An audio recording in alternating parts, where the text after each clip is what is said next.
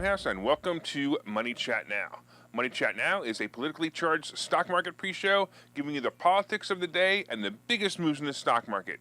It is presented with comedic common sense and just the right amount of sarcasm by an expert in financial literacy, and hey, that's me, Larry Steinhouse. Today is Friday, September 15th. I want to welcome you to the show. We are here live on Facebook, Twitter, LinkedIn, and YouTube. And of course, you can find repeats of the show on Rumble and Spotify. When you get there, please search Money Chat Now and Larry Steinhouse, and then you can follow me there as well. By the way, if you'd like to connect to me personally, you want to make an appointment with me, or you want to talk to me, you can go to contactlarry.com. That's contactlarry.com, and there you will find my social media connections, my email, and my text message information. That's contactlarry.com.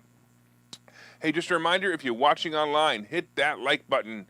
Hit that share button. So everybody hit the like button right now. Right now, just hit that like button so I know you like it. And then, of course, hit the share button as well. Don't forget to subscribe to the YouTube channel and like the Money Chat Now page on Facebook. You can also find Money Chat Now and the Larry Steinhouse Show on Spotify. Please go there and subscribe.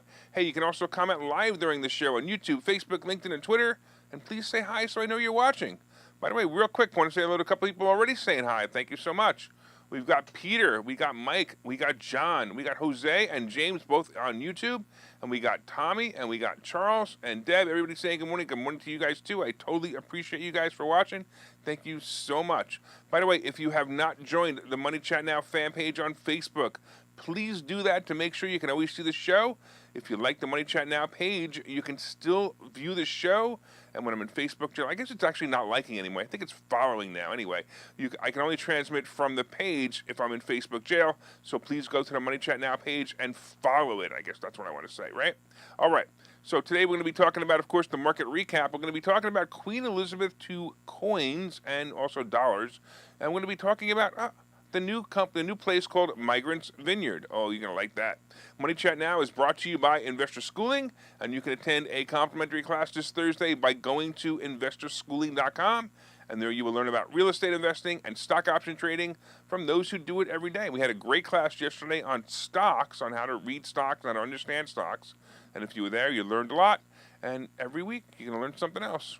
All right, of course, I want to thank the following people for sharing the page the past few days. You guys are awesome. I know Art shares it quite often. Peter shares it. Mike and Mark share it. I think it was also Justin shared it yesterday. Thank you so much. Betsy shared it yesterday. Thank you very much. I really appreciate you guys sharing it. Please share the show right now. All you do is hit the share button to the right, and then you could, when you have the pull down menu, you could share it to your page. You could share it to a friend's page, or you could share it in a group. Groups are always great to share it, and I totally appreciate it. And you'll also have your friends making more money and make me get a laugh in the morning. Let's talk about yesterday. Yesterday was kind of annoying. Nothing really happened, but the market kept teasing the investors and teasing me, of course. All week I've been saying that if the Treasury bond goes to 3.5, it might bring back visions of June. In June, when the bond hit 3.5, it was the worst day for the market this year. Well, it was the lowest point for the Dow and the rest of the indicators that day, but the bond didn't quite hit the mark of 3.5, but it went as high as 3.46, and that was close enough to scare the investors. The reality is that the bond rate will be in the fours. There's no doubt in my mind it'll be in the fours pretty soon anyway, maybe even by the end of the year, and when that happens, it's going to get scary for the market for sure. After ups and downs yesterday, the Dow actually closed down 173 points. The Dow was up at lunch, and I actually thought it was going to be great, but it just couldn't hold on. The Nasdaq had a bad day, and it also finished down 167 points, and the S&P finished down 44 points. Not a good day for sure. Some of my plays turned out okay, though. My CCL keeps moving up, and that, of course, makes me happy. I did buy some Medicals yesterday because I believe the stock is underpriced, and I also believe it'll be moving back to the 170 range. Right now, it's killing me where it is. It's at 140. I can't remember anymore. It was really low. Anyway, a mixed batch of economic reports yesterday did little to bolster investor confidence as well. Initial jobless claims came in better than expected, but import prices saw a smaller drop than estimates suggested. Retail sales beat expectations, but were negative when including autos. It was like this really weird day. Manufacturing data also showed slowing economy. It's obvious, the economy is slowing, but isn't that what Powell wants anyway? Think about it, right? That's the idea of raising interest rates. This is done so the cost of money to buy stuff becomes too expensive. It also causes people to lose their savings to pay their credit card bills, and it causes jobs to be lost because companies basically need to lay off people in order to survive the lower incomes they're getting from slower economy. That's going to keep the economy is going to keep getting slower, and the people keep getting laid off because the companies are making less money because the Fed is increasing interest rates. Am I the only one who understands that the Fed needs to slow down when they're in their interest rate raising, not speed it up? Why kill the economy to fight inflation? Yeah, I understand it's the inflation we are fighting, but the inflation is caused by a good economy. By the way, right after I wrote this, I read a quote from a guy named Mike Loengard, who is a bigwig at Morgan Stanley, and it reads like this. The Fed needs to pick their poison. Do you continue strong ahead to tamp down inflation at the risk of recession, at the risk of increasing employment? Is truly a dilemma. But I think given what we have heard from the Fed, and focus is squarely on inflation. To me, it's a whatever. Either way, I learned how to make money, and I grow my net worth through real estate. So if you guys have real estate, you guys are doing well. If you don't have real estate, I'm telling you, get some. Anyway, of course, the futures are dropping since last night when FedEx withdrew its full-year guidance and announced significant cost-cutting measures following what it called softness in global volume of shipments. In an interview, Raj Subramanian, the CEO of FedEx, said he expects the economy to enter a worldwide recession. Real nice. Did you have to be so negative? Did your friends have puts on FedEx or something? His statement is actually in the headlines of all the major financial reports. Basically, his statement is causing the market to slip this morning. Well, we're still heading for the end of the dead zone, so we may have a week or so of the market to fall. We should start to move up again next week. So even if he's right, the market always moves in cycles. Sometimes it cycles up, sometimes it cycles down, but individual stocks can move with or opposing the market. I continue to look for cycles when I pick stocks. I'm going to get more into this at the end of the show. Right now, let's look at the futures and kind of cry, and let's see what Wall Street's trying to tell us. Actually, it's not as bad as it was earlier.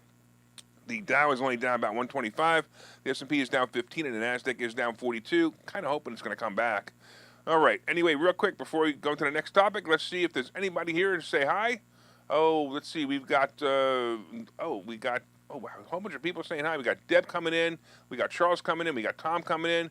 We got Sandra saying good morning. We got my lovely wife. Thank you, Linda. We've got looks like Rob saying hi. We got Ed saying hi. Oh, I haven't seen Ed in a while. We got Johnson Aid. Oh yeah.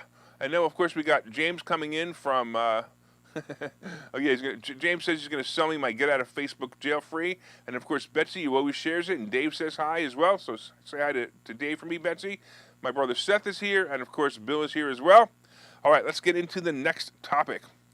All right, if you happen to go to the UK, you will notice that Queen Elizabeth's face is as good as gold. What I mean by that, she's practically on every coin or bill that's used in everyday trade for goods and services. She is the queen of money. Queen Elizabeth II has been depicted on British banknotes and coins for decades. Her portrait has also been featured on currencies in dozens of other places around the world, in a reminder of the British Empire's colonial reach. So now that she has passed on, we have King Charles III being anointed to the crown, getting the crown, right? So what happens next? Well, as new money gets printed, his face will become the face of the pound. But what happened to the 82 billion pounds, the equivalent of $95 billion of coins and bills in circulation? Well, it looks like King Charles will have to endure looking at the Queen a bit longer. Most likely, even as the coins and bills start to wear, it takes an average of 30 years to have almost all of it out of circulation. Being that King Charles is 73 years old, he will probably be moving on before his face is the replacement and the primary face of the coins and bills. So what's interesting about this is we may have Prince, or should I say King Charles, King William on the bills before the end of circulation of the bills and the coins of Queen Elizabeth. The reason for the monarchy faces and coins is explained by a coin specialist named Dominic Chorney, and basically he says that a currency can be trusted if it's backed by the state. Okay. I don't know about that one. A currency can be trusted if it's backed by the state. It depends on state, right? And the most obvious symbol of the state since the Roman times is the emperor, the ruler, or the king. Yeah, I don't know about that either. Anyway, here's something interesting about which way the ruler faces on each coin. So ever since 1659, portraits on coins have faced the opposite direction with each new coronation. So Charles will most likely be facing left. For all of you who want to get as many coins or bills with Queen Elizabeth's face on it for a collector's piece, I'm going to say this is an unlikely investment. In fact, the new coins or bills with King Charles might actually be the better play. There will definitely be less of them in circulation, and King William will be facing right on the next coin, and probably relatively soon. Wouldn't it be interesting if we had a system like that for our money? I'd love to have a $100 bill with, I don't know, maybe see Trump on it. Wouldn't that be great? All right, let's take a break here, and I'll talk to you guys in about a minute. Okay, so you thought about buying and selling real estate. You've thought about investing in the stock market, but don't know where to start. Well, what if you could find a place to unlock strategies to master both real estate and the stock market, all without the headache? That place is Investor Schooling, hosted by Larry Steinhouse, an expert in real estate, financial literacy, and the ins and outs of the stock market. You can attend Investor Schooling in person or online 8 times a month. You can and will learn how to make money in real estate, and you will learn mastery of stock techniques such as options and covered calls. You will even get a chance to ask one of your burning questions to the stock options sultan, the master of picks and plays. Call 866-424-2829 for free information and receive a complimentary pass to attend classes, or register online at investorschooling.com. Don't delay. These passes are limited. So what are you waiting for? Call 866-424-2829. That's 866-424-2829. Or visit investorschooling.com. That's investorschooling.com.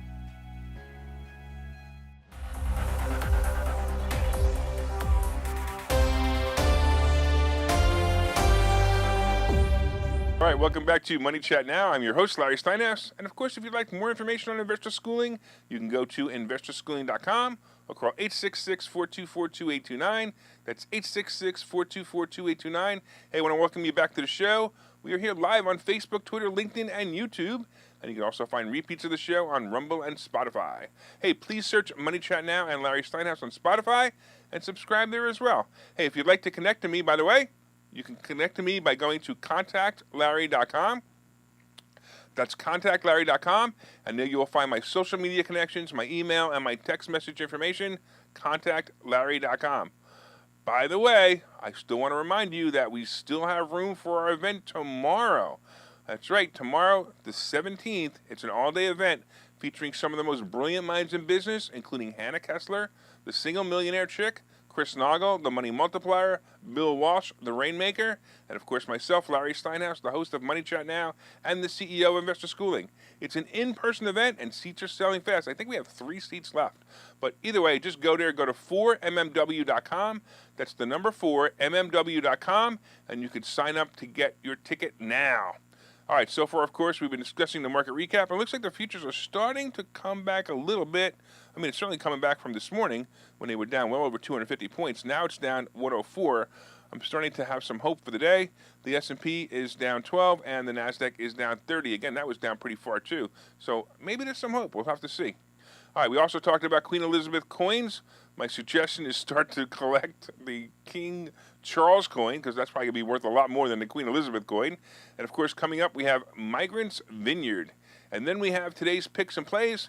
But did you guys hit that like button? Come on, hit that like button, hit that share button. Actually, hit that share button for all your conservative friends right now, because we're going to be talking about this Migrant's Vineyard, and I'm telling you, they're going to get a kick out of it.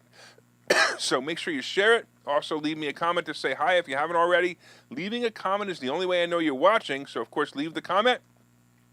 And don't forget, finally, to order my book, Money Hacks.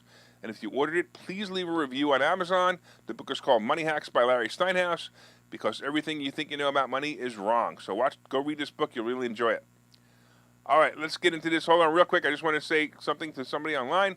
So Mike says Trump on a $100 bill and Biden on a penny. No. That's Biden. That would make Biden work too much. All right, let's get into this story. So the war against Biden, Harris, and other Democrat leaders continues as it gets more and more ironic every day. Have you heard about this war? You know, the war where the border states are trying to keep illegal migrants from crossing the border to enter the country as president and vice president continue to say there's no problem at the border? Well, as you know, this has escalated into Governor Abbott of Texas busting the illegal aliens to so-called sanctuary cities to keep his state from being overrun with the caring and feeding of these people. Well, this practice of busting the illegals to other cities is growing, and it's growing to the point where it can be considered a real war. Yesterday marked the pinnacle, however, of the transportation of migrants when Governor DeSantis sent planes with these illegal migrants to Martha's Vineyard to remove them from his state. On the same day, yesterday, Governor Abbott sent 2 buses of illegal migrants directly to the door of Kamala Harris's home in Washington, D.C. Oh my goodness, I gotta tell you, I got a chuckle out of this news report. Now, look, we all know that the mayors of the cities are complaining about this practice, and they're changing their tune and starting to say, look how we're treating these people. We're giving them food and we're giving them hugs. I don't know if you saw some of the videos, and it's funny because if you watch the videos on Fox or you watch the videos on CNN, they're completely different stories. The ones on Fox are like, if they would just stop the illegals coming in, this wouldn't happen. And the ones on CNN are like, look how kind we are. We're giving them food and hugs. Seriously, Martha's Vineyard, right? It's an area made up of upper white class liberals, and they're proving that their signs say they welcome all people. Well, the people of what is now called Migrant vineyards, they all understand, right? They understand the problem of too many migrants at once. They're going to get it. They're going to understand how quickly that many migrants is going to destroy their economy. Yes, you will be the welcoming, opening arms community for now. This political move will serve you well to try to say that the Republicans are racist and using the migrants as pawns in the war to protect the border, but after a while, you will have a new landscape in your town as Abbott does, and he has these people at the border. By the way, he's doing a favor to them by sending them to you. As a sanctuary city, you vowed to help these people. Now keep your promise. On the other hand, at least your lawns will all be mowed and your sidewalks will be clean and clear of snow, and it'll cost less. I'm actually looking forward to this practice continuing, not just for comedic value, but most importantly because these illegal aliens now have more warm places to live in a city that welcomes them. Yeah, right. So what is Biden's solution to the problem? Wait till you hear this. Biden actually barked the following words in an interview over this, right? He said, instead of working on us with solutions, Republicans are playing politics with human beings, using them as props. What they're doing is simply wrong. It's un-American. It's reckless. We have a process in place to manage migrants at the border. We're working on making sure it's safe and orderly and humane. Republican officials should not interfere with that process and wage these political stunts. What? Is he crazy? We have a process? The process should be turn them around and send them back home. Wait till you hear the next thing he said. It's long overdue for state Republicans to come to the table and provide a pathway for citizenship for dreamers, those in temporary status, farm workers, and essential workers. We need to modernize our laws so businesses get workers they need and families don't have to wait decades to be brought back together. It's time to get it done. This idiot doesn't see that thousands of people a day are entering our country with no background checks, no health screenings, and no place to house or feed them, and it's a problem.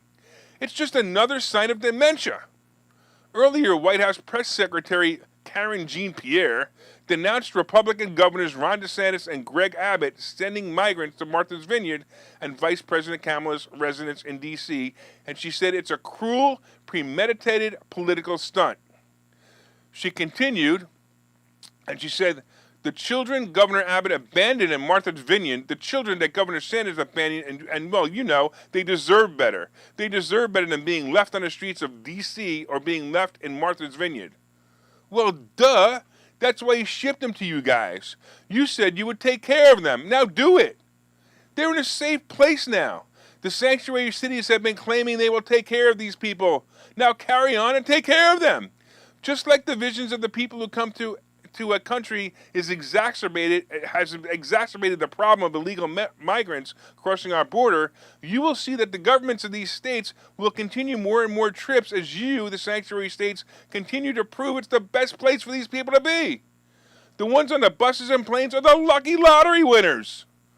Now they're in a state where they're welcome, and they get free transportation and free food to get there. Soon someone, maybe someone in Fox News, will interview the bust illegal migrants and say how grateful they are to have been chosen. I mean, if 1,000 people are coming across the border a day and these buses are only filled with 50 people, they have definitely been chosen to be the lucky ones being driven or flown from the cages that Obama erected to house these people in Texas. And now they go to beautiful places like Martha's Vineyard or Kamala Harris's house. Come on, that's fantastic. Let's give credit to Abbott and DeSantis for being so kind. All right, guys, I'll see you in a minute. Hi, I'm Larry Steinhouse, and one of the most misunderstood things in America is money. That's why I've written this book. It's called Money Hacks, because everything you think you know about money is wrong. And I'm telling you, everything you think you know about money is wrong. When you read this book, you will learn things about money that you did not know. You will even learn if money can buy you happiness. I have a full chapter dedicated to that. You're going to definitely want to read that. I talk about how to use other people's money to buy real estate. I talk about how to save more money, and I even talk about how to rebuild your credit score in this book. There are 22 amazing chapters in this book. This book is now available everywhere. It's available on Amazon. It's available on barnesandnoble.com. And you can order this book right now, and you'll have it in 2 days, and you'll start learning things about money that you never knew before. So order the book right now. Go to Amazon, go to barnesandnoble.com, and order the book, Money Hacks by Larry Steinhouse.